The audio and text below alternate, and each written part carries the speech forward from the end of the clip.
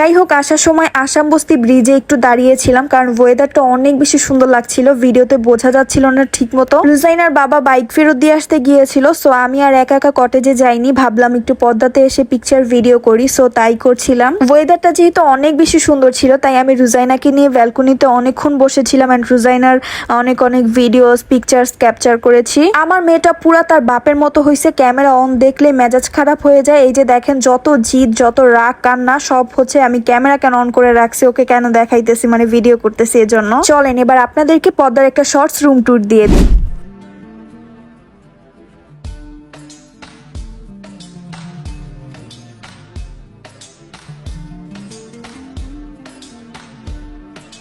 রাঙামাটির প্রথম দিনের ব্লগটা অনেক বেশি লং হয়ে গিয়েছিল, সো আমি দ্বিতীয় দিনের ব্লগটা হচ্ছে দুইটা পার্ট রেখেছি। এটা নেক্সট ভিডিওতে খুবই ফানি ক্লিপস রয়েছে, so don't forget to visit my page and channel Mommy and Ruzaina, and thank you so much for watching this video. আল্লাহ হাফেজ, বাই বাই।